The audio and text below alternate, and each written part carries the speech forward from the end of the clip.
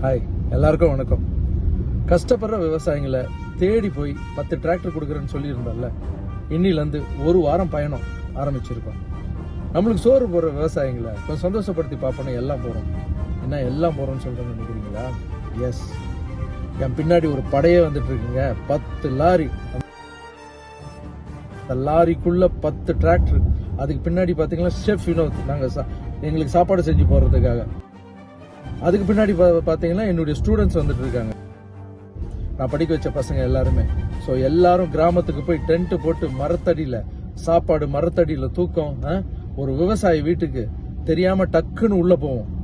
ஏங்க, ஒரு டிராக்டர் வாங்கினோன்னா தான் பிள்ளைய படிக்க வச்சு, அவர் படிக்காம இருப்பாரு, தான் பிள்ளைய படிக்க வச்சு பெரியாளாக்கி ஒரு 20 வருஷம் வெயிட் பண்ணணும். அவரு வேலைக்கு போய் அவர் ஒரு லோன் எடுத்த அப்புறம் தான் டிராக்டர் வரும். எவ்வளோ நாள் ஆகும்? ஒரு 20 வருஷம் வெயிட் பண்ண. ஆனால் 20 நிமிஷத்தில் ஒரு டிராக்டர் அவங்க வீட்டாண்டு போய் நின்று அவங்க முகத்தில் இருக்கிற சந்தோஷம் எப்படி இருக்கும்? அதை பார்க்கறதுக்காக தான் போயிட்டு இருக்கோம்.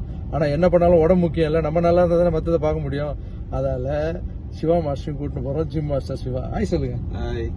ஹாய் மாற்றம்.